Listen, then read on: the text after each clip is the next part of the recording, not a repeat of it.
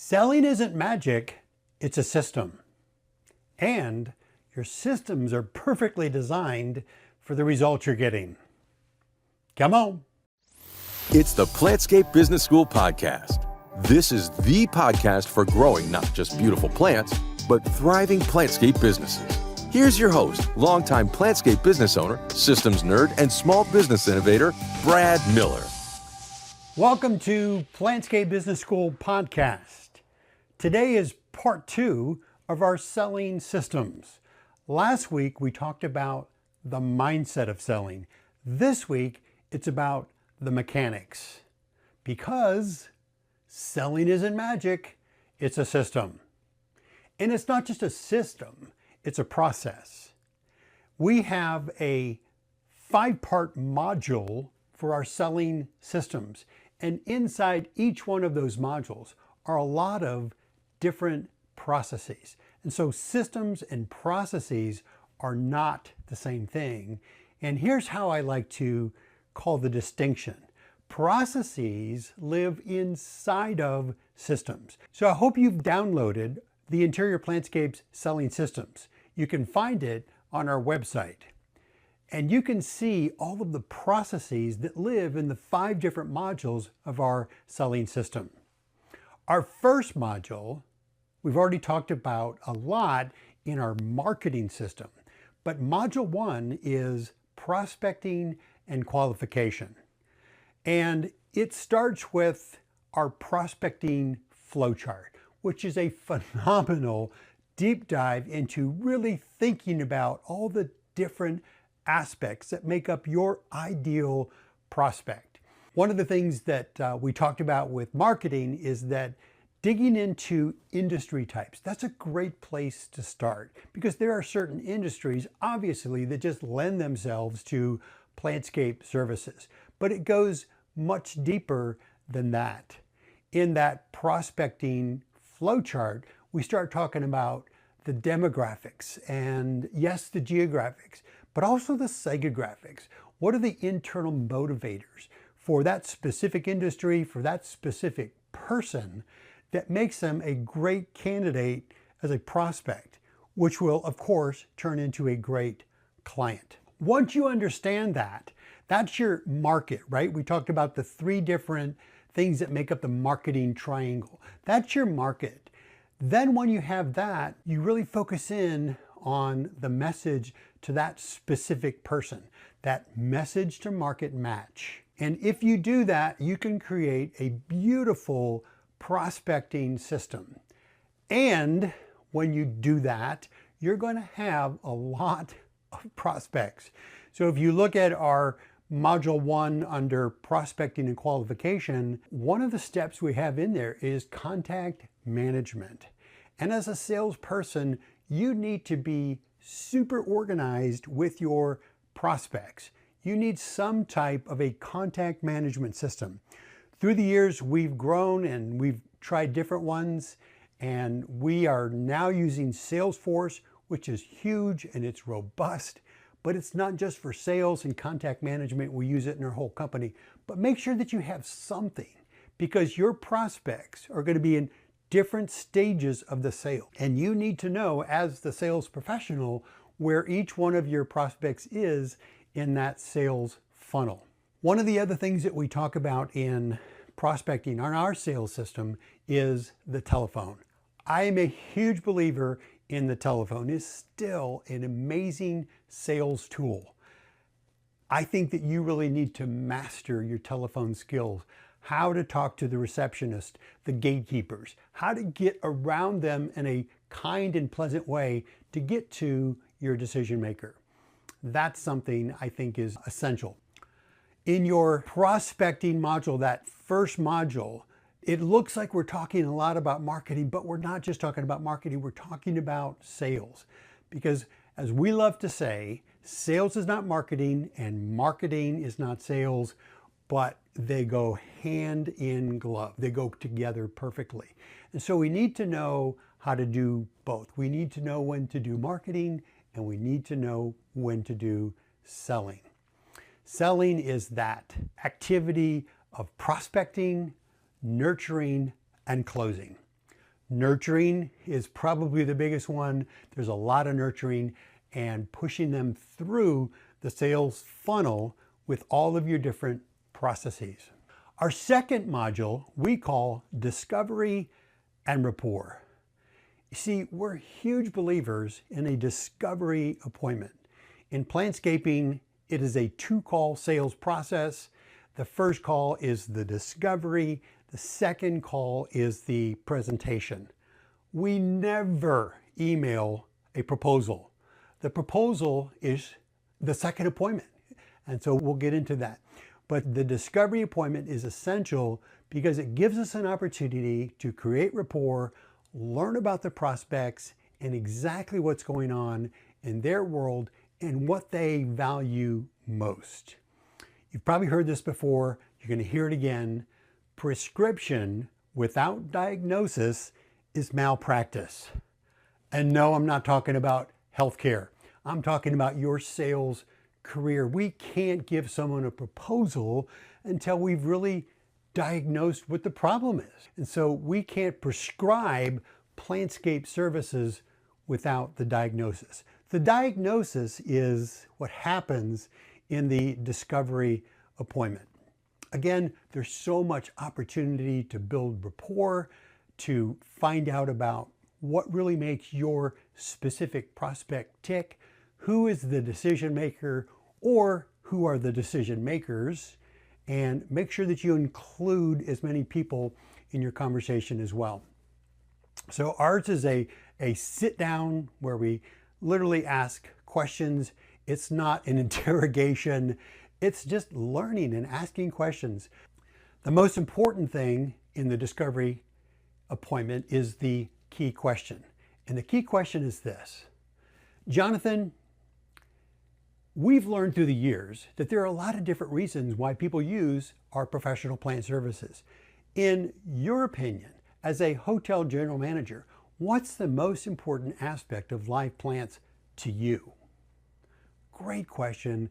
Be quiet, let them talk, and let them tell you how to sell them your plantscaping services. Another key important part of the discovery appointment is how you end it. You wrap up and you follow up, and the follow-up is you're making an appointment for your second call before you leave. Huge. Enthusiasm has a half-life. And so make sure that when the enthusiasm is high, they've got their calendar out or their phone, you make that appointment for when you're going to come back with their proposal. Huge. Module 3 is the design and proposal. And don't forget that your proposal is a huge selling tool. And so as you begin to craft your proposal, remember the key areas of the property. Remember their answer to the key question and put a huge focus. You know what, Jonathan, you said this, that this was really important. I want you to know this is how we really address that in these areas. So you're working from your notes that you took in that first appointment, and now you're really beginning to match decorative containers with plant types, with certain areas, and you're coming up with something that is specific to that prospect, but you've standardized it as much as possible. Friend, you don't want to have to reinvent the wheel every time you create a new Plantscape proposal. So we'll get into how we've really standardized our plant programs. They look custom, they are custom, and at the same time, they're very standardized. You put that all together in your proposal, and as you're creating the proposal, you're thinking about how you're going to share that in the presentation, which is the next step. So we call Module 4 the presentation, or getting to yes. This is your opportunity to get the approved agreement. It begins with the recap of the discovery. You're sitting down now and you're with the decision maker or decision makers. Key, make sure that you're selling to the decision maker as much as possible. And then when you do this, we have a little smiley face in our selling systems manual because we talk about enthusiasm. And don't forget how important enthusiasm is. It's not just enthusiasm for your work and for plants, yes, but also enthusiasm for their space and what's going to happen as you transform their space. And just let that natural enthusiasm for your work and just knowing what's going to happen as you add live plants, let it just shine through naturally. So you're recapping the discovery, and as you did your little walkthrough with the discovery, you found some of the areas that were just really essential, just key areas, and you're bringing a focus and attention to those. The presentation is all about the thing that plants are going to do. Again, remember, we don't sell plants, we sell what plants do. So we're using language like sense of arrival and warmth and places for people to relax. The idea of ambiance. And remember, that's what plants do. So it's not about the plants, but about the benefits that the plants are going to do. And at some point, you have a very natural ask. And there's a lot of different ways where you can ask for the order, but make sure that you do ask. And I love to use a pen as part of my pointer, my tool as I'm talking and presenting. And so when it's time, it's a simple question like, Jonathan, with your approval, we can get this started and probably have this installed in about 2 weeks. And you're ready to hand your pen over. So whatever it is for you, make sure that there is an ask and it's as smooth and as natural as possible.